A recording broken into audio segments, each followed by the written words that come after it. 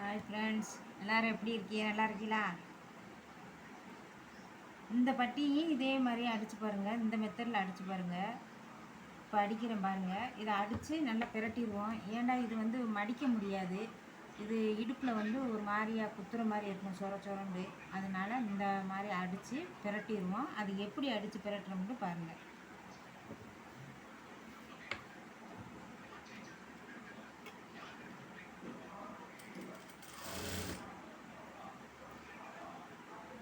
இதை கரெக்டாக வச்சுக்கோங்க. கரெக்டாக வச்சுட்டு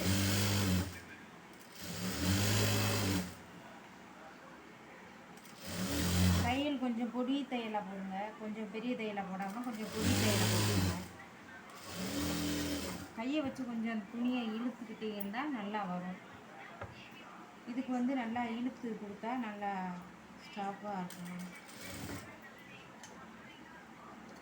பாருங்கள், இந்த மாதிரி அடித்து இப்படி புரட்டிக்கணும். இந்த மாதிரி புரட்டிக்கணும்.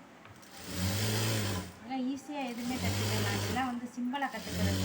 புதுசாக தைச்சாலுமே இது வந்து ஈஸியாக கற்றுக்கலாம். இந்த துணியவும் இந்த துணி ரெண்டும் இந்த இருக்கா, அதில் வந்து நம்ம மேலே ஒரு தையல் போட்டுக்கணும். அது மேலேயே ஒரு தையல் போட்டுக்கணும். துணி மேலேயே தையல் போட்டுக்கணும்.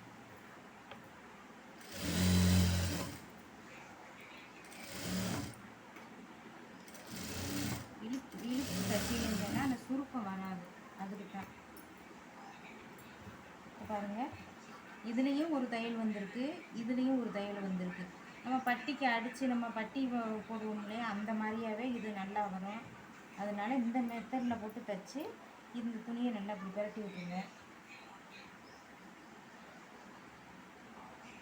பிரட்டி விட்டு எஜ்ஜிலேயே ஒரு தையல் போடுங்க. இந்த சைடு ஓரத்துலேயே ஒரு தையல் போடுங்க.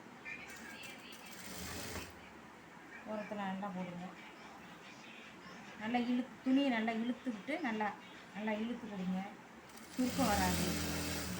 நல்லா இழுத்து அந்த ஓரத்துலேயே தையல் போட்டுருங்க. தையல் வந்து பொடுசாக வச்சுக்கோங்க. பொடுசாக வச்சா நல்லாயிருக்கும், பார்க்குறதுக்கும் நல்லாயிருக்கும். பட்டியும் கொஞ்சம் நல்லா வெயிட்டாக இருக்கிற மாதிரி இருக்கும். இப்படி போட்டுருங்க. போட்டுட்டு இடத்துல இது பாருங்கள், நல்லா வரும்.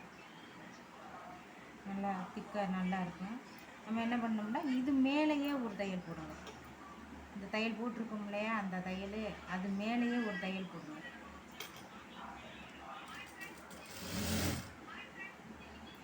நல்லா துணியை நல்லா இழுத்து வச்சுக்கோங்க.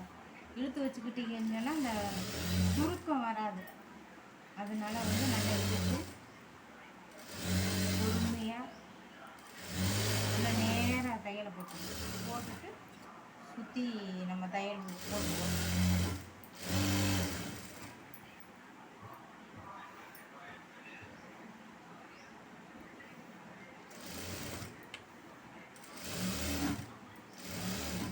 சுற்றி போட்டுக்கணும்.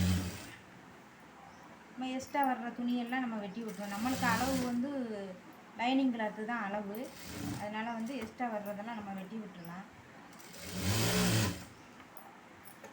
எப்போயுமே வந்து உளு துணியை வந்து நம்ம எப்போவுமே நெட்டு கூடது வந்து கட் பண்ணக்கூடாது.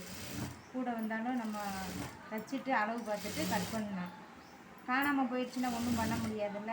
அதனால் வந்து இந்த துணியை எப்போவுமே வந்து கழுத்துக்குள்ள துணியை வெட்டாதுங்க.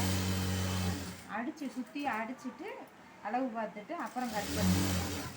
புதுசாக தைக்கிறவங்களாக இருந்தால் அந்த மாதிரி பண்ணுங்கள்.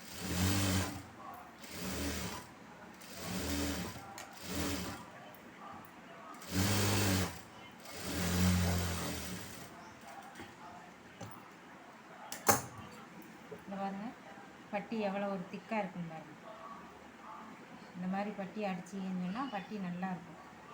இந்த துணியும் வந்து வெளிப்பக்கம் வராது. தண்ணியில் போட்டாலும் வெளிப்பக்கம் வராது. அந்த மாதிரி பண்ணிக்கோங்க. அதில் இன்னொன்று ஃப்ரெண்ட்ஸ், இந்த லைனிங் கிளாத்தை நம்ம தண்ணியில் போட்டு அயன் பண்ணி தைச்சோம்னா நல்லா சாஃப்டாக நல்லா இருக்கும். அந்த மாதிரி நீங்கள் ட்ரை பண்ணி பாருங்கள். லைனிங் கிளாத்தை முதவே தண்ணியில் போட்டுட்டு கொஞ்ச நேரம் தண்ணியில் ஊற வச்சுட்டு எடுத்து அலசி காய போட்டுருங்க. காய போட்டுட்டு அப்புறம் நீங்கள் அயர்ன் பண்ணிவிட்டு நீங்கள் இப்படி தைச்சிங்கன்னு சொன்னால் துணி வந்து வெளியில் வராது. நல்லா சாஃப்டாக இருக்கும். துணியும் பார்க்குறதுக்கு வெயிட்டாக இருக்காது. நல்லாயிருக்கும், தைக்கிறதுக்கும் நல்லாயிருக்கும். இந்த மெத்தடில் நீங்கள் தைச்சி பாருங்கள் ஃப்ரெண்ட்ஸ். எப்படி இருக்குன்னு சொல்லுங்கள். சப்ஸ்கிரைப் பண்ணுங்கள் ஃப்ரெண்ட்ஸ்.